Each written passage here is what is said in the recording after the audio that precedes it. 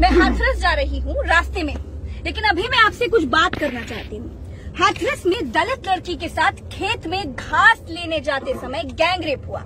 4 upper caste दबंगों ने बाजरे के खेत में बलात्कार किया, गर्दन की हड्डी तोड़ी, रीढ़ की हड्डी तोड़ी, जीभ काटी, अधमरा छोड़कर चले गए। वारदात दलित लड़की के साथ हुई तो पुलिस ने भी बिल्कुल हल्के में लिया। सोचा नीची जाति वालों की लड़की है, ऊंची जाति वालों ने बलात्कार किया है, मामला दबा दिया। हाथरस की गुड़िया दिल्ली के अस्पताल में मर गई। इसके बाद शुरू होता है असली खेल, और यहीं से यूपी पुलिस और यूपी की सरकार पूरी तरह से बेनकाब हो जाती है। कैसे बताती हूँ। पुलिस आधी रात करीब 1:30 बजे गुड़िया की लाश लेकर हाथरस पहुंची।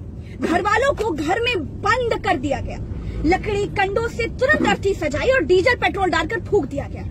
पुलिस वाले बोले लाश सड़ जाती इसीलिए तुरंत जला दिया गया। अरे तुम्हारे नेता मरते हैं, 4 फूल जाकर चढ़ा आते हो, फूल माला चढ़ाते हो, और गरीब से कहते हो कि लाश सड़ जाएगी इसीलिए रात के 1:30 बजे पेट्रोल डीजल डालकर उस गुड़िया की लाश को फूंक दिया। और आज मैं बात तुम्हारे हिंदू होने के ढोंग पर भी बात करूं। वैसे तो दलितों को बड़ा हिंदू हिंदू करते हो, फिर क्यों नहीं बच्ची की लाश को घर वालों से मुखाग्नि दिलवाई? क्यों नहीं घर पर घर वालों को गुड़िया के चेहरा देखने दिया? क्यों नहीं उसको उसके भाई पिता से मुखाग्नि दिलाई? क्यों पुलिस ने पेट्रोल डालकर बच्ची की लाश को फूंक दिया? क्या छिपा रही है यूपी सरकार?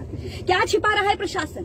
हाथरस के डीएम क्या छिपा रहे हैं? आप हंगामा होने से डर रहे थे क्या? अरे आप तो इतनी बड़ी बड़ी शेखी बगाड़ते हैं कि राम मंदिर बना, हमने एक भी शांति से कर दिया, एक भी परिंदा पर नहीं मार पाया, हमारा कानून बहुत सख्त है। तो हाथरस की गुड़िया की लाश को उसके घर वालों से मुखाग्नि क्यों नहीं दिलवाई? तब आपकी कुर्सी को किस बात का खतरा था? एक बच्ची जिसका गैंग रेप हुआ, एक बच्ची जो सरकारी अस्पताल में मर गई, उसका अंतिम संस्कार तक नहीं होने दिया, पेट्रोल डालकर फूंक दिया गया। उस बच्ची की गलती क्या थी? क्या आप जानते हैं?